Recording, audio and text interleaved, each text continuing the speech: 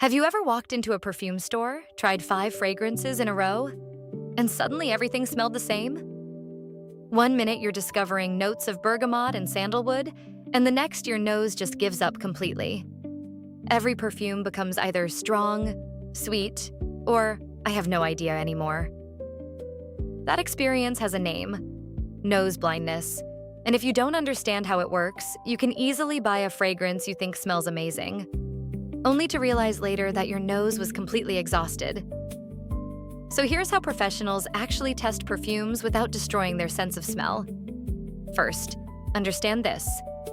Your brain is designed to ignore constant smells. It's a survival mechanism called olfactory adaptation. If your nose kept reacting strongly to every scent around you all day, your brain would overload with information. So after a short period of exposure, your brain starts filtering scents into the background. That's why you stop noticing your own perfume after an hour, while everyone else can still smell it clearly. And in perfume stores, this effect happens fast. The air is already saturated with dozens of fragrances. Then you start spraying one after another directly under your nose. After about 3 to 5 strong perfumes, your ability to judge scents drops dramatically. So the first rule is simple: never test too many fragrances at once. Professional fragrance evaluators often limit themselves to 3 or 4 perfumes in one session. Not 15, not 20. Because after that point, you're no longer comparing fragrances, you're comparing confusion. The second mistake people make is spraying perfume too close to the nose. When you immediately inhale from the skin or testing strip, you overload your olfactory receptors with alcohol and concentrated top notes. Instead, spray once and let the fragrance settle for a few seconds.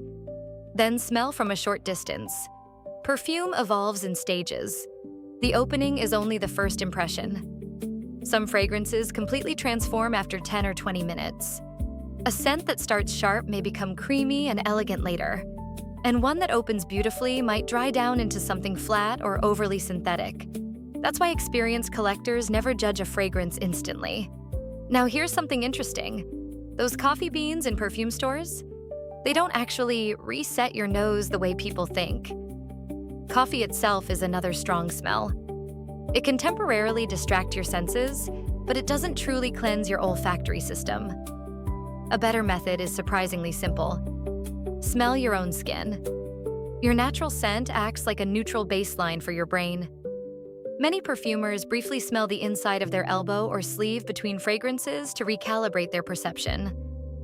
Another important trick is testing on skin, not only on paper strips.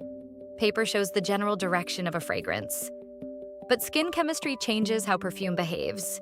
Temperature, oils, hydration, and even diet can slightly affect projection and longevity. That's why the same fragrance can smell incredible on one person and completely different on another.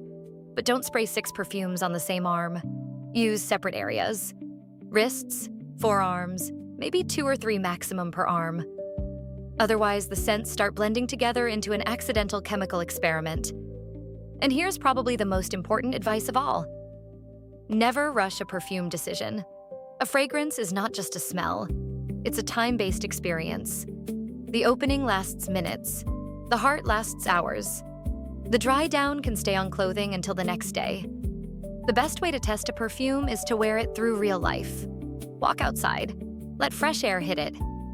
See how it reacts to your body during the day.